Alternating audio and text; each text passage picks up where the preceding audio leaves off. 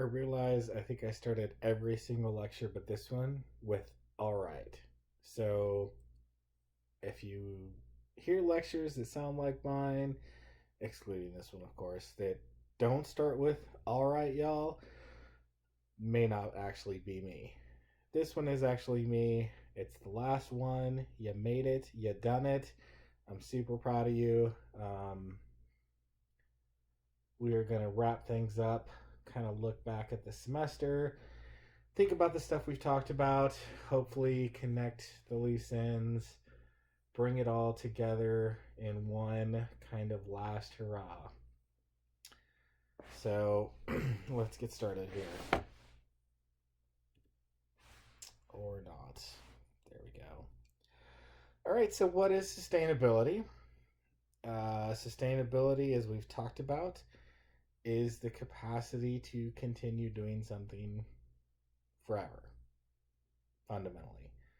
So the way we've defined sustainability for this class is that there's three pillars: economic, social, and environmental sustainability. All three of those pillars are necessary if we are going to continue as we know it. And right now, interestingly enough, with this coronavirus, we're seeing obviously economic sustainability take an enormous hit. But in many cases, we're actually seeing an increase in social sustainability. We're seeing local organizations step up and take care of members of their community. We're seeing individuals do amazing things to serve their neighbors, whether it's something as simple as just checking on an older person who lives next door, maybe going to the grocery store for that older person so they don't have to. We've seen the videos of people self-quarantining in their homes, coming together on their porches for impromptu sing-alongs. Just a lot of really great examples of communities and citizens coming together to overcome what we're facing right now. And I think that's a strength of people in general. For the most part, people will do the right thing. People want to be in relationship with other people. They want to support their neighbors. They want to be part of their community. Obviously, there are plenty of examples of negative behaviors as well. The toilet paper hoarders and the idiots that are still out, bumping and grinding on beaches on spring break and then bringing the disease home to their families. But for the most part, people are doing the right thing and trying to make the best of a really shitty situation. So hopefully all of you are in that latter category, doing the right thing, taking care of yourselves, taking care of your families, and really, this may contribute to a change in some of the trends that we've seen in community across the United States, right? We've seen a decline of social institutions. We've seen a decline of social capital. That's contributed to the increase in deaths of despair, right? Loss of community has been an enormous challenge. Maybe this coronavirus will help to reverse that, and we'll begin again to see the value of community, the value of relationships, the value of knowing your neighbors, and maybe that'll rebound after this, and that we can build on this horrible event and bring something positive out of it. Sorry for the sermon. And economic sustainability.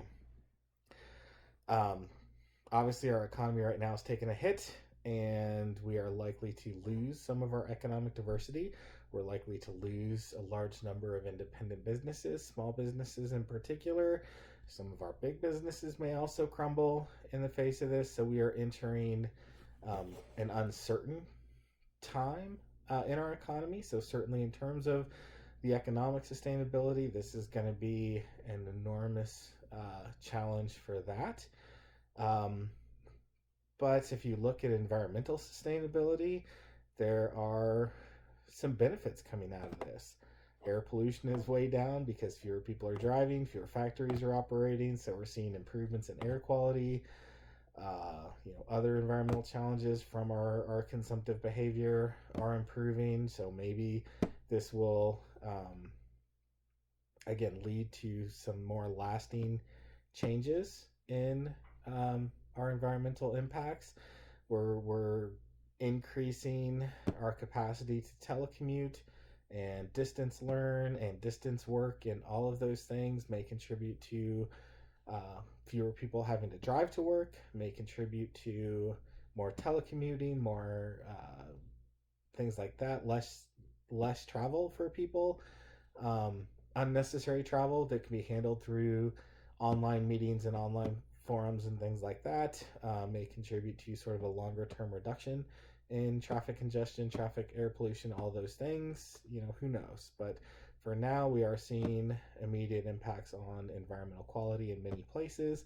So even in the darkest of times, even as we're stuck in our homes, maybe driving each other crazy, maybe you want to kill your parents, or your parents probably want to kill you, or your sibling is driving you batty as you're trying to sit here and listen to a lecture, and they're wanting to play video games or whatever. Be patient with one another, and recognize that maybe there are some positives that will come out of this in the long term. We just have to, hunker down, get through this, and look for the benefits on the other side. Anyway, sorry for the soliloquy there. So, looking at environmental sustainability, that's the one we most often think about when we talk about sustainability. That's the one that most people, if you say, oh, let's talk about sustainability, they're going to assume that you're going to give them a lecture on green energy or recycling or something to that effect, because that's what we tend to gravitate towards when we hear that term. And basically, the definition of environmental sustainability is using resources in a way that allows them to be available for future generations. So when we think about our practices of things like agriculture, are we practicing agriculture in a way that we can feed the population today, but we're not depleting soil resources? We're not overusing pesticides and fertilizers and having an impact on the larger ecosystems. We're doing things that allow us to produce enough food to feed the world today, while also ensuring that future generations will still be able to use that same land to grow food in the future. So some terms related to environmental sustainability, the idea of utilization is just that, right? It's the use of a resource. So there's coal in the ground, we're going to dig it up and we're going to burn it because it's there and it's a great source of energy. That's utilization of a resource. It's not really thinking long term. It's not thinking sustainability necessarily. It's about utilizing, it's about accessing and consuming a resource to meet immediate demand. So conservation is the wise use of a resource. So that's looking at the resources that we have available to us and using them in a way that is more sustainable. So think of forest resources. We want to be able to harvest the timber that we need today to meet our needs, while also ensuring that future generations will have access to timber for their needs. So that means sustainable harvest. That means replanting forests as we cut them down. It means ensuring that forests continue to grow as we utilize them. And preservation is non-use of a resource. That means setting it aside and saying we are not going to touch this. We are going to preserve this untouched for the future. So kind of to think of the difference between conservation and preservation. Conservation is really the idea of the Forest Service. So the U.S. Forest Service is part of the U.S. Department of Agriculture, and it views forest resources as the land of many uses. So within national forests, there's logging, there's recreation, there's hunting, there's some mining, there's ski resorts, there's all sorts of uses that happen within our national forest, because the purpose of the forest is to conserve the resource so we can extract from it today, but hopefully the intention is to use it in such a way that we get value from it now, but it's also maintained for future generations to access as well. And preservation is really the National Park Service. So their mission statement is to preserve unimpaired the natural cultural resources and values of the national park system for the enjoyment, education, and inspiration of this and future generations.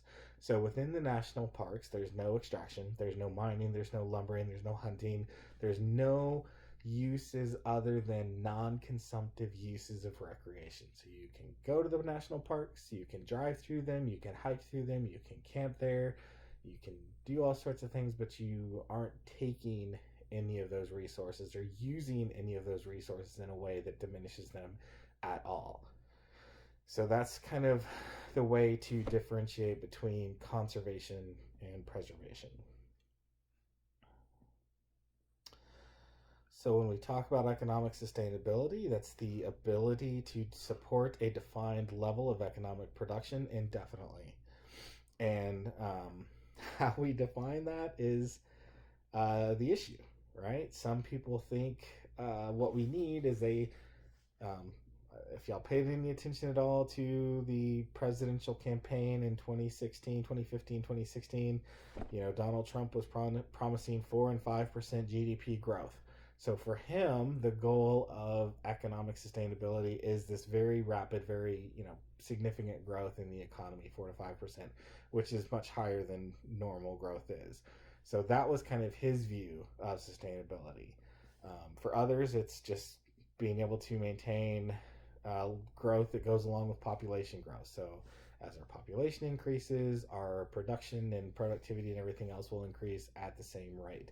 So we kind of stay the same over time. So our current economic models tend to be based on growth. So we look at that GDP, the gross domestic product number. We talked about that not too long ago in the last lecture, right? This idea that we always need to be expanding and growing and increasing what we produce year over year. And it doesn't really look at how that growth actually is impacting or being shared across the population. And so what we've seen over the last decade or more is we're seeing increasing inequality across our economy. So as the economy overall has grown, particularly since the 2008 economic downturn, what we've seen is that most of the benefits of our last 10 or so years of economic growth have gone to the 1% or even the 0.1%, right? So the very highest, most wealthy people have gotten more of the increase in the economic prosperity than people down below. Now, that doesn't mean the people down below have gotten nothing. They've just, their wages, their economic prosperity has increased at a slower rate than the very, very wealthy. And there are some who have lost wealth over that time as well. But in general, kind of everyone's gotten richer, but the rich have gotten richer, even more rich, much faster than everyone else. And so that divide between the very wealthy and everybody else is increasing, and we're seeing more wealth accrue to those higher, those very high income people, even as everybody else's wealth increases as well. So that is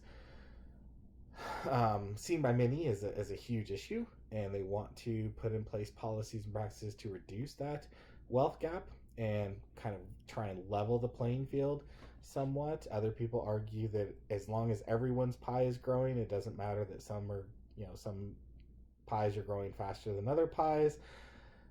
How you fall on that, that's, not really the point. Not really what I'm trying to get into too much with this. I just want to focus on this idea that we need to ensure that economic opportunity exists for everyone and that people aren't being left behind. And if we can have an economic policy that does that, then that will contribute to sustainability. When people are left behind, they fall off the opportunity ladder, we lose those people. That's when you start to see social unrest starts to increase.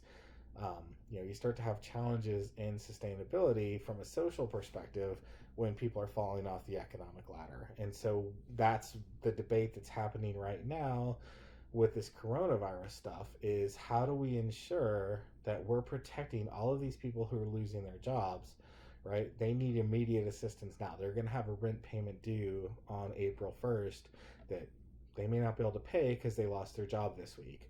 So, and part of the political divide that happens is, when we start putting together aid packages like this, where does the aid go? Does it go to the businesses? Does it go to the individuals? How much do we give to individuals? How do we balance that? And so, in times of emergency like this, it brings to the front a lot of these political fights um, between the Republicans and the Democrats, and oftentimes just normal people get left behind. So we'll see how this one pans out, and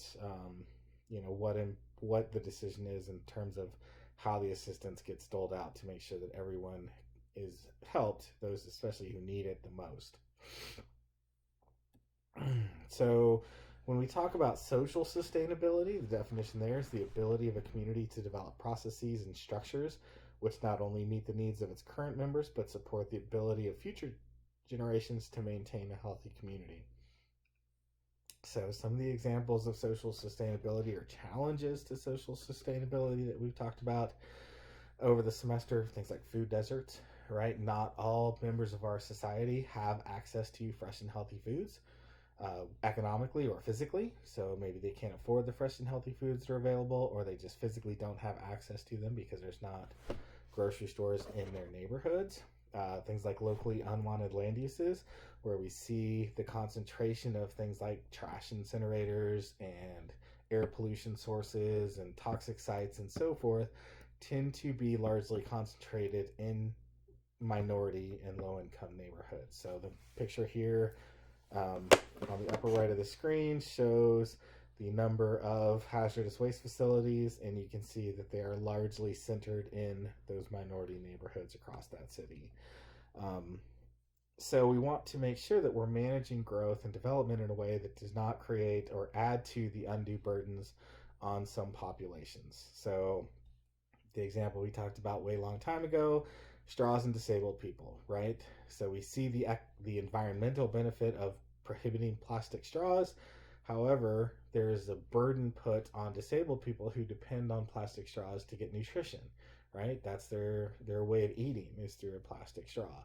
So we need to make sure that we balance the needs of people with the needs to preserve the environment and so forth. Uh, Amazon workers on food stamps. Jeff Bezos is the richest man in the world, or certainly the richest man in the United States. And yet there are examples of Amazon workers being on food stamps. Walmart has the same problem, right? Oftentimes, workers at Walmart stores are getting government assistance. So taxpayers are essentially subsidizing Amazon and Walmart because they're not paying their workers enough. So they're getting federal aid, food stamps, and the like because they don't make enough at their jobs. So certainly we all like cheap goods. We like having cheap groceries from Walmart and cheap stuff from Amazon that gets delivered to our door the next day. Those are all good things, but we need to recognize that there's a social impact to those cheap goods, and we need to understand that. All right, so a little hard to have a discussion, but some questions I want you to think about in terms of social sustainability and stuff we've talked about. So, hopefully you'll kind of reach back in your memory to those conversations that we had during class. So, have you noticed inequity or inequality in your community? Do you see areas where maybe there's a food desert in your town, or there's people who don't have access to good jobs? Maybe they live far from where the jobs are, don't have transit. Maybe there are areas of town where there's more environmental hazards. So maybe there's in the low income part of town, maybe there's more flooding than you see in other parts of town. So think about your community and just what you see in your own neighborhood, and how there may be social inequality happening there, right? So, what are some challenges college students face? How might you be facing equity or inequality? Um, think about in terms of voting, right? Oftentimes, it's really difficult for college students to get the vote. because they're registered at home or they're registered in college, and the vote happens at different times. Whatever, it can be hard for college students to have access to voting. The burden of paying for college, certainly. The price of college has gone up much faster than inflation, much faster than wages, much faster than most things the prices of most things have gone up. And so today's students are paying a much higher price for their education. And so that's leaving many students, probably maybe many of y'all, in financial burden when they graduate. So they're coming out of college, got their degree, starting a job, making, first year job salary, and a big chunk of what you're making is now having to go to pay for debt for your education. And so that's delaying people being able to purchase homes because they have that cost, the debt burden from their education, so they can't qualify for a mortgage. Home prices are going up, so you're at a disadvantage in trying to purchase a home. The cost of college is delaying marriage. People are coming out of college because they're so debt burdened. They're worried about trying to get married and start a family. So we're seeing basically a handicap on many young people starting their lives because of the cost of college. So certainly an issue that y'all have to deal with. How do we balance the three principles of sustainability? How do we make sure that we look at economic, social, and environmental sustainability together, recognizing that all three have to be in balance to achieve true sustainability? If you focus too much on the environment, that comes at an economic and a social cost. If you focus too much on the economics, that's going to come at a social and an environmental cost, right? So these things are intertwined. And if we're going to be successful in developing sustainable societies, we have to balance these three uh, pillars. And it's not to say we can't prioritize one or the other, but we can't prioritize one or the other at the complete expense of the others.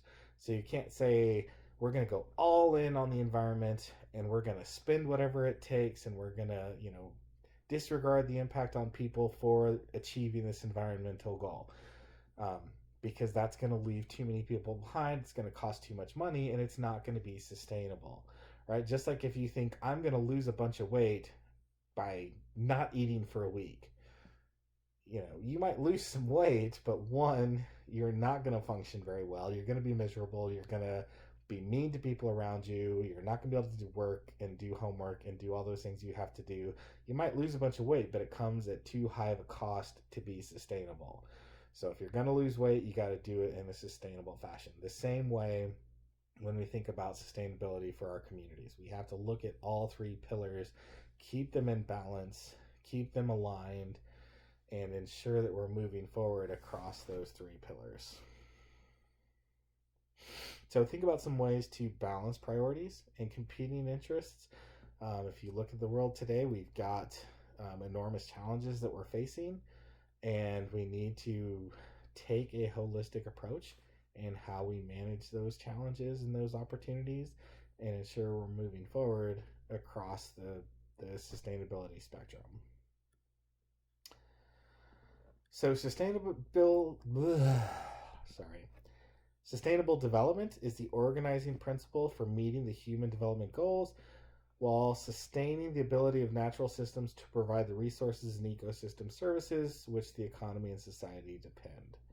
So it's the idea that we can ensure human thriving and human success without detracting from the greater environment in which we live, recognizing our dependence on the environment around us and the services we get from the environment around us, and understanding that whatever progress we make towards human achievement has to be done in balance with the environment, and recognizing that our current path now is unsustainable in terms of our footprint on the environment, in terms of the resources we're extracting, the pollution we're creating, the waste that we're creating.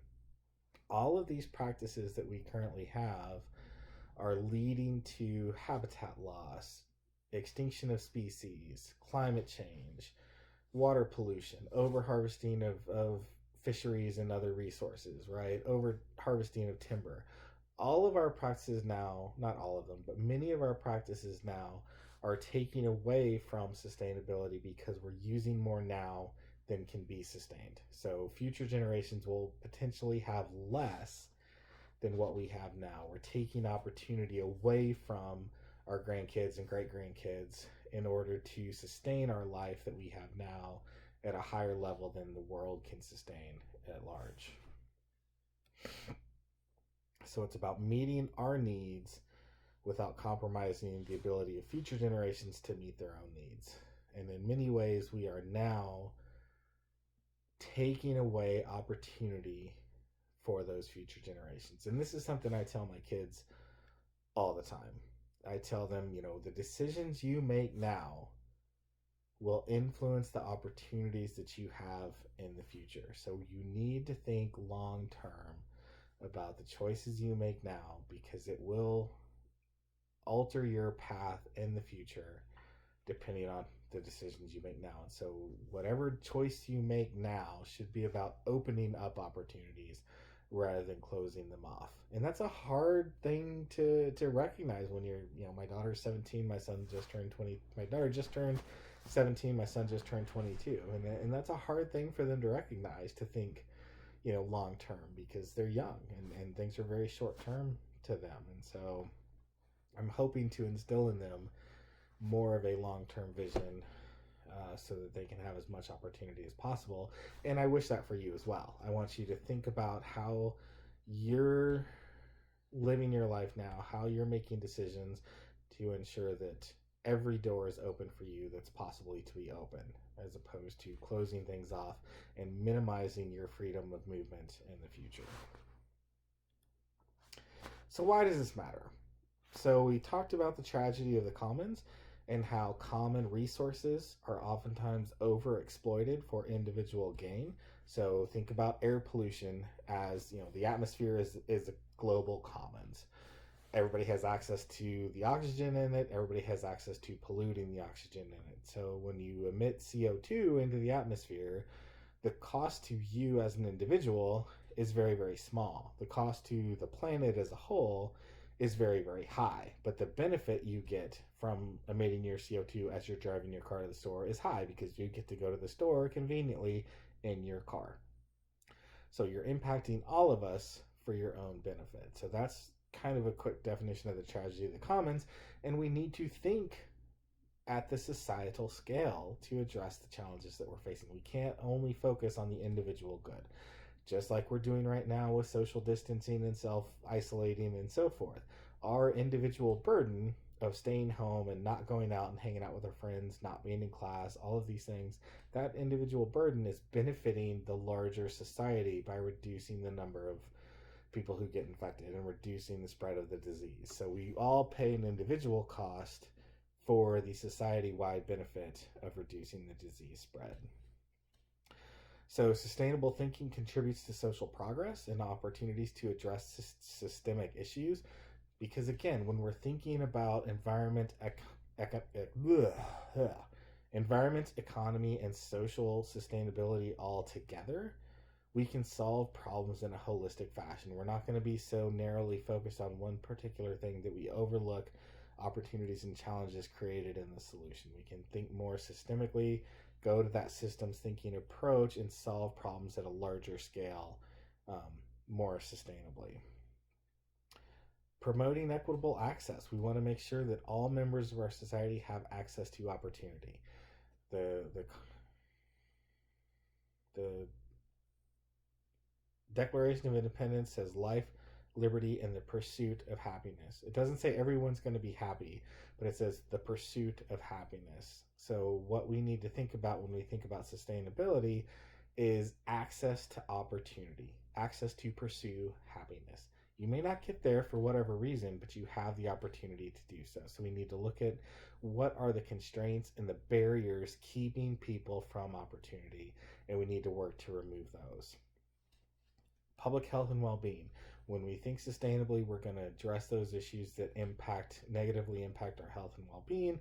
And It's all about maintaining opportunities for future generations. So it's about keeping those doors open for our kids, our grandkids, and our great grandkids, and ensuring that their lives are as full, rich, and meaningful as ours are, and that they have an environment that's worth living in.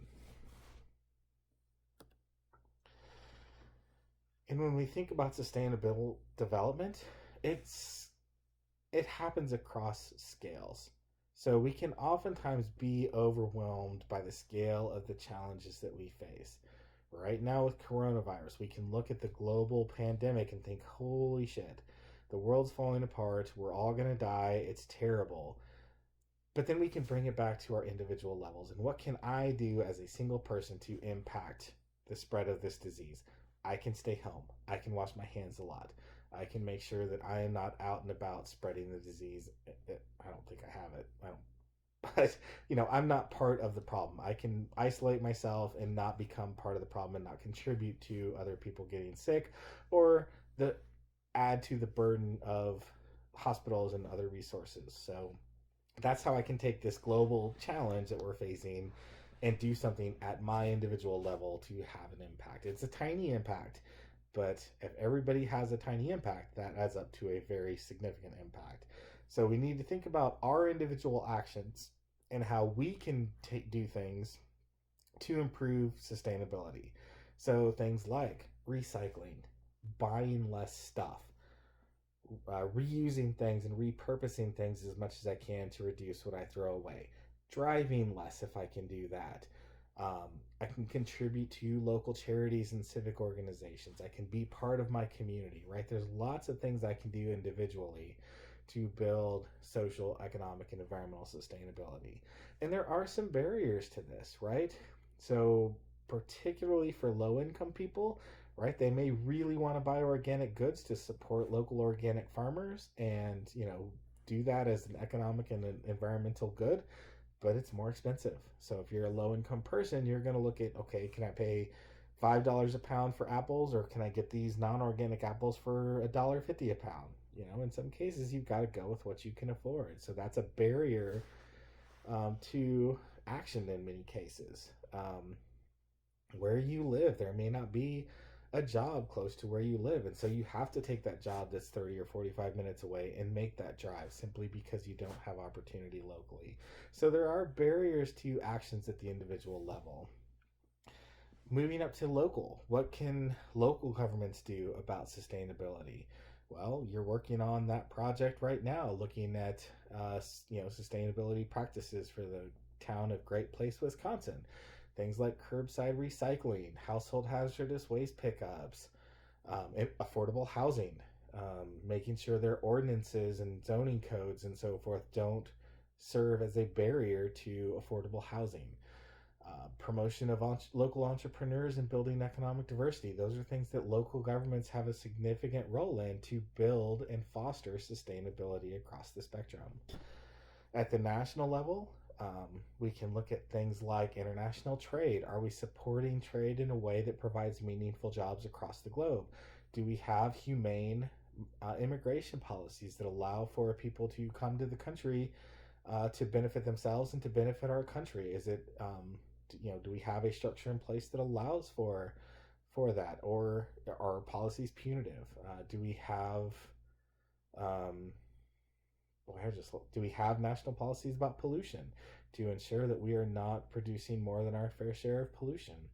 All of those things can happen at the national level. And then international actions. How do we come to agreement to manage the global commons, things like fishing and the oceans that no country has individual control of? So we need to have these international agreements to ensure that we're managing those resources appropriately. So you can see, as we look at sustainability, it happens across scale, from our individual actions up to the international community as a whole working together towards these goals. And that's why having the Sustainable Development Goals in place is a nice framework, because from the individual action to the global action, we can look at those goals and find ways to plug in an appropriate fashion. So whether we're, volunteering in our own community with Habitat for Humanity to build affordable housing, That's an individual action that impacts housing availability in our community. Working with our city government to change the zoning code to allow for more duplexes, triplexes, missing middle housing to allow for more affordable housing, that's at the local scale. At the national scale, the federal government provides assistance and funding for public housing development. That's the national scale.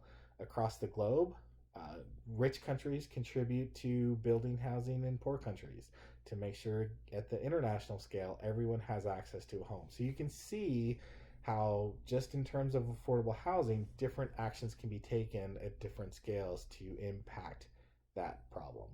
So certainly don't feel overwhelmed by the problems that we're facing. Recognize that you do have a role to play, and do what you can at the level you can to influence positive change going forward.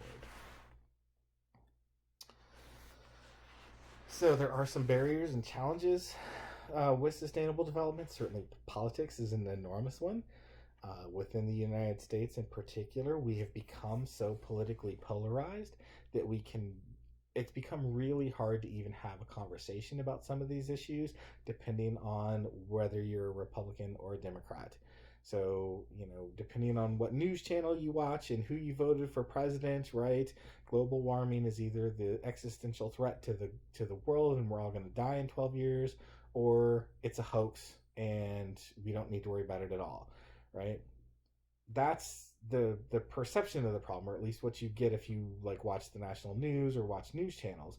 Reality is much different. Reality is most people tend to agree that we can do a lot to address the problem, and so we need to recognize that the polarization is at the extremes and that most of us are somewhere in the middle and can really start to communicate about things, and we need to think about how we can change the politics to begin to address these problems. Funding is certainly an issue. As we've talked about time and time again, the most vulnerable and threatened populations tend to be the lowest income populations. That's at the local level and at the international level. If you look at the countries most threatened by climate change, for example, it's places like Bangladesh, Pacific Islands, countries that have very limited resources and limited influence on climate change, right? I mean, Bangladesh is not a big greenhouse gas producer, but they are going to be most affected by rising sea levels, increased storms, and those kinds of things. So we need to think about how we provide adequate funding where it's needed to address the challenges, whether, again, it's at the local level or at the international level. We need to address these problems and figure out how to pay for things that are going to benefit all of humanity, um, even though it's money going from the wealthy places to the less wealthy places. And we need to ensure that we're balancing economic opportunity across the globe. That it's good that people are becoming wealthier. It's good that people are coming out of poverty, but we need to recognize that as people come out of poverty and have more money, they're going to have a bigger environmental impact.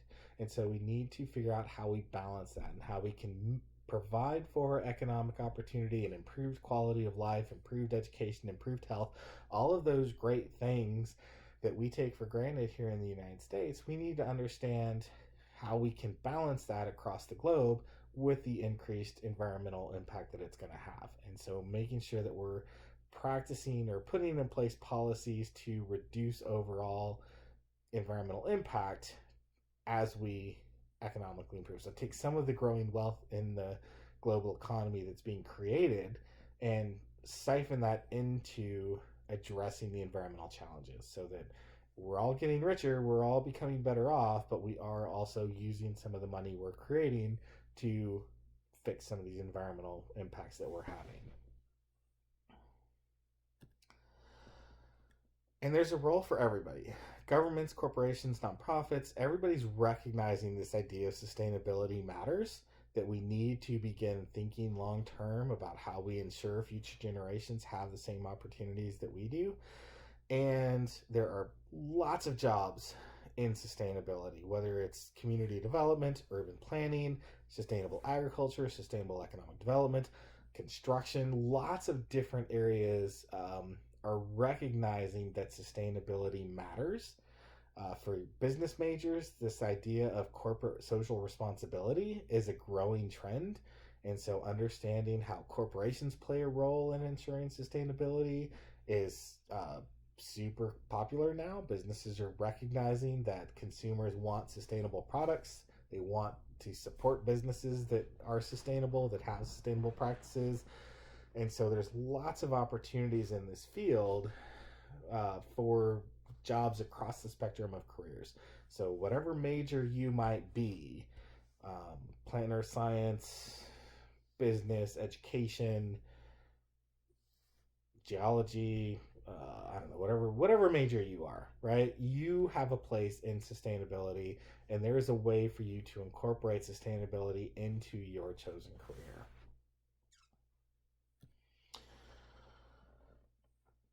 So, what will you take away from this class? Hopefully, something sticks with you.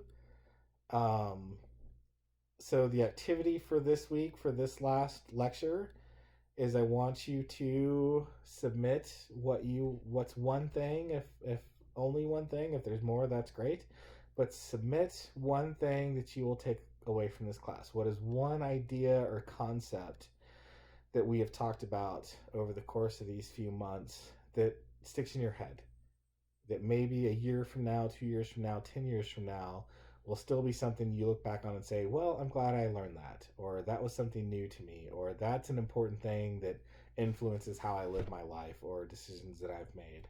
So if you would write that down or just submit it to Canvas for me, I would really appreciate it. It's been a pleasure. I'm sorry that I won't get to see y'all in person to tell you goodbye. I'm sure I will see many of you on campus next semester. Please stop by my office and say hi. I'd love to catch up, learn all about what you did during the great Corona shutdown of spring 2020. Be safe, take care of yourselves, take care of your families. Please don't forget to do the other assignments related to this class. They are still due. And good luck, God bless, and I will see you next fall. Take care.